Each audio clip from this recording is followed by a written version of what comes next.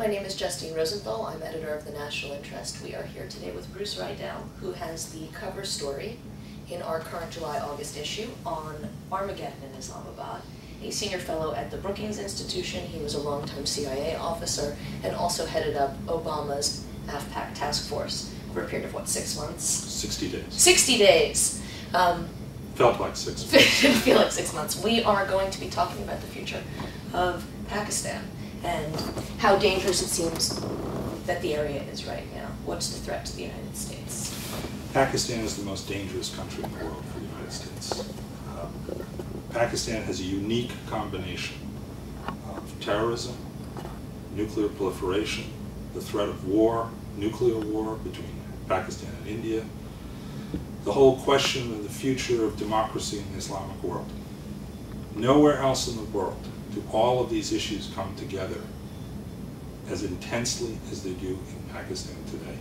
It is the combination of these things that makes this the most dangerous country and the most combustible country right now. And I think that if one thinks about how bad it can be, as we lay out in the article, a jihadist takeover of Pakistan, you begin to realize these stakes. Imagine a country that is actively sponsoring al-Qaeda or the Taliban, armed with the fastest growing nuclear arsenal in the world. What would we do about that? If that doesn't scare you, I don't know what does. How do you respond to people who say, we have been worried about Pakistan for decades, and we have heard a lot of fears about a falling state or jihadist takeover of the state? Is now more dangerous, or is this just fear-mongering? I don't think it's fear-mongering. I think Pakistan has been important, but its importance is higher today than it has ever been before. First of all, just on the facts, their nuclear arsenal is significantly larger than it was even a decade ago. People rightly worry about Iran, but Iran is a nuclear wannabe. Pakistan is a nuclear weapons state, which has tested its weapons. We know they work. Pakistan is also home to al-Qaeda, to the Taliban, to Lashkar-e-Taiba, to probably more terrorists per square mile than any other country in the world. You can call it fear-mongering. I think it's assessing the situation as it really is. Does this mean that a nuclear terrorist attack on the United States has increased over time? Is it higher now than it has ever been before? It's difficult to judge whether it's more dangerous or less dangerous. Pakistan's army controls its nuclear weapons, and they recognize the nuclear weapons are the crown jewels of their whole national defense structure. That's why they don't let anyone know where they are, including us. If you had a jihadist state, it will also get the keys to the nuclear infrastructure. Would it use nuclear weapons against the United States? The odds, I think, would go up significantly. They certainly might use them against the Indians. Now, without trying to create a manual for how to take over Pakistan for the jihadists, what might be one or two of the turning points that would make it so that we went from this sort of teetering on the brink to falling fully over into a jihadist state in Pakistan? If the current civilian government that was democratically elected in perhaps the fairest elections Pakistan has ever seen in its history, I won't say they were free and fair, but by comparison, these were free, relatively legitimate elections. If that government collapses, will be one big milestone towards a jihadist state. Another military coup in Pakistan may in fact be the mechanism for a jihadist takeover. I would argue in many ways, General Zia's coup in the late 1970s was a jihadist coup. He was a jihadist. He supported the jihad in Afghanistan and the jihad in Kashmir. The context was completely different. We supported the jihad in Afghanistan as well, and we turned a blind eye to the jihad in Kashmir. I'm not being critical of the policies of the day, but it can happen, and that is perhaps the easiest way for it to happen. That argues for us to do what we can to buck up the civilian democratically elected government with all of its faults, because the alternatives are very scary. Now, is that what we're doing now, or are we undermining the current government with the Predator drones, etc., and our strategies on their periphery? There's a tough balance here. I think what the president is doing is he's trying to buttress up the civilian forces. He was a strong advocate during the campaign of not tying ourselves to one man, to General Musharraf. He's been an advocate of increasing economic assistance to Pakistan since he was in the Senate.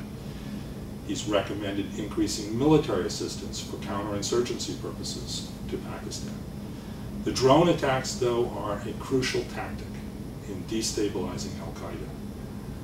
They're a very effective tactic, but they are just a tactic. The balance between them and other things is something that we have to constantly be attuned to. I think we've got it about right now, but it's something you've got to keep your finger on all the time. Well, are they really worth it? I mean, as I've heard you say before, you're getting one or two people. The bench of al-Qaeda and even the Afghan and Pakistani Taliban, from what I understand, is very deep. So if it is a balancing act, how do we justify it? How do we say that it's worth it? In two ways. One, it's the only thing we got. But it's not a lot. It's all we got right now to put pressure and to destabilize them in their safe haven in Pakistan. So if you don't have anything else, don't throw away the one weapon you have that has an effect. Secondly, though, the ripple effect of each operation is important, which is it forces al-Qaeda to change its operational planning, its operational tempo. If you're sitting in whatever location you're sitting in Pakistan, and you read that your best friend was dead the day before by a Hellfire missile that came through the window and killed him, it has an effect upon what your operational tempo is going to be. Again, it's a tactic, and it needs to be judged in the context of an overall strategy. Let me close by asking you a question about the health of al-Qaeda. We see in the newspapers now, al-Qaeda is fleeing Pakistan, they're moving into Somalia, they're moving over into the African region. They are suffering real defeats. Do you buy it? Is that what's happening? I think the obituary of al-Qaeda has been written prematurely too many times.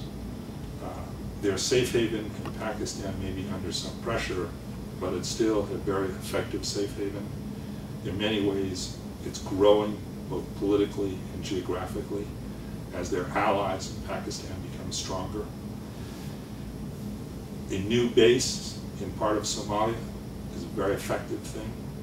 Somalia is not as advantageous as Pakistan for obvious reasons, but it's another base of operations. Does that mean it's not a sign of weakness, but rather a sign of expansion? I think this is a sign that al-Qaeda moves wherever it finds an opportunity to operate. And Somalia is a perfect place because there's no government and there's a friendly local militia who wants to work with them. The health of al-Qaeda, I think, has to be measured over a longer period than just a few months. This is an organization that has recovered from the very intense blows we inflicted on it in 2001 and 2002. Is it more dangerous than it was on September 11th? Very hard to say. We'll only know that if and when they strike in the United States again, God hoping that won't happen.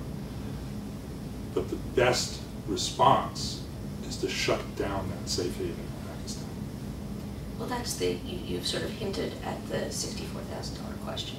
Why haven't they struck here again? Does that mean that the Bush administration was successful as they claim? Is it just luck? Is it a matter of time? Two things I would say. One, they tried. We know that. In 2006, they had a plot to blow up 10 jumbo jets over the North Atlantic simultaneously. The plot was well advanced. They figured out how to make the bomb. It worked. They picked the martyrs for the flights. They even picked the flights that they were going to blow up. The British intelligence service foiled it pretty close to the last minute. So we know they have the intent. Secondly, we have inflicted blows on them. We have increased our defenses here at home. Our intelligence services have gone after them with our allies. This is the largest manhunt in the history of the globe. But at the end of the day, we haven't gotten our man. Part of that's because we took our eye off the ball during the Bush administration, which I think they recognized they did. Part of it's because this is a tough target. But if we leave the enemy with a safe haven, a sanctuary to continue to plot, sooner or later, I think we'll see another attack on the United States. Well, on that optimistic note, I think we'll wrap up. Thank you so much for taking the time, and I hope that we will have the pleasure of having you again soon. Our pleasure. Thank you.